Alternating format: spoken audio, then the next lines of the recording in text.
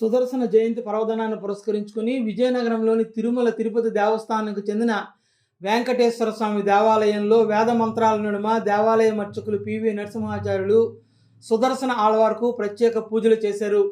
భక్తి శ్రద్ధలతో హోమం నిర్వహించారు. ఆధ్యాత్మికతకు, రక్షణకు, సకల దోష నివారణకు శ్రీ సుదర్శన జయంతి నాడు ప్రత్యేక పూజలు చేస్తారు. ఇది అత్యంత ప్రాముఖ్యత కలిగిన పర్వదినం. సుదర్శన చక్రం సాక్షాత్తు శ్రీ మహావిష్ణువు చేతిలో విరాజిల్లే అత్యంత శక్తివంతమైన ఆయుధం.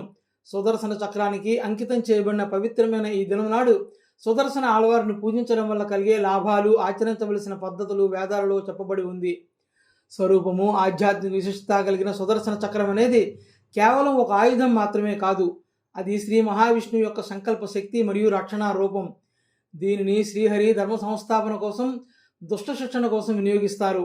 ఈ చక్రం 6 చేతులతో 6 రకాల ఆయుధాలు ధరించి అగ్నిజ్వాలలతో ప్రకాశిస్తూ ఉంటుందని చెబుతారు.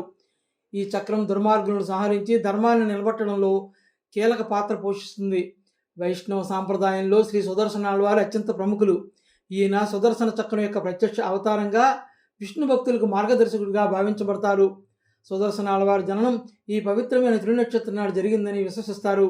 సుదర్శన జయంతి పర్వదినాన్ని పురస్కరించుకుని విజయనగరంలోని తిరుమల తిరుపతి దేవస్థానానికి చెందిన వెంకటేశ్వర స్వామి దేవాలయంలో సుదర్శన ఆళ్వార్కు ప్రత్యేక పూజలు చేశారు. భక్తి శ్రద్ధలతో హోమం నిర్వహించారు.